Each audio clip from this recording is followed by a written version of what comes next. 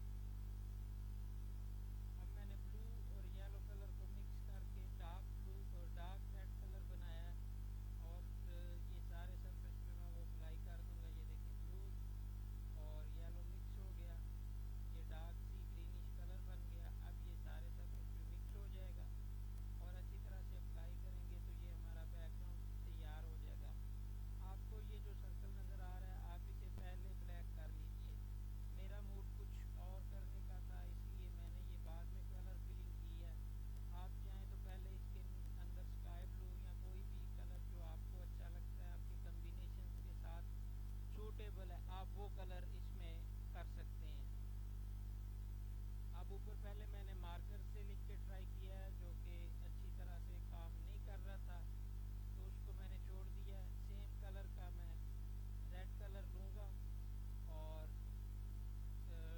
Number 2 size کا brush لوں گا اور خط کوفی کا ٹوٹا پھوٹا سا جو سٹائل ہے اس میں میں پہلی لائن لکھوں گا، اس کے بعد پھر دوسری لائن، تیسری لائن، مطلب باریک الفاظ لکھتا جاؤں گا۔ جتنا آپ باریک کام کریں گے اتنا آپ کا کام اٹریکٹیو نظر آئے گا، کیونکہ یہ ہماری پہلی کلاس ہے کینوس ورک کی، تو اس لیے اس میں میں بہت زیادہ باریکی والا اور بہت زیادہ نفاست والا کام بالکل نہیں کر رہا، جلدی جلدی کرتے کرتے کر رہا ہوں۔ یہ بھی 3 گھنٹے میں یہ ویڈیو بنی ہے اور فاسٹ فارورڈ کر کے آپ کے لیے یہ تقریباً 19-20 منٹ کی بنی ہے۔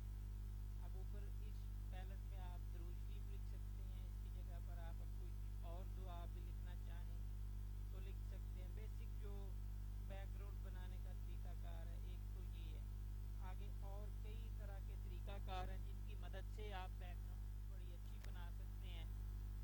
تو اگر آپ لوگوں کا تعاون ہمارے ساتھ رہا، آپ کا فیڈ بیک ہمیں ملتا رہے، تو انشاءاللہ ہم بہتر سے بہتر کی طرف آپ کے لیے چلتے جائیں گے، اور ہر طرح کی پینٹنگ، چاہے وہ کلچرل پینٹنگز ہیں، کیلیگرافی ہیں، پورٹریٹ ہیں، پینسل اسکیچز ہیں، خط کوفی، خط سولز، خط دیوانی اور نستعلیق، لینڈسکیپ، پورٹریٹ اور اسکیچز، ان سب کے حوالوں سے ویڈیوز لے کر چلتے آئیں گے۔ دوسرا، آپ ابھی ویڈیو میں دیکھ رہے ہوں گے کہ لکھتے وقت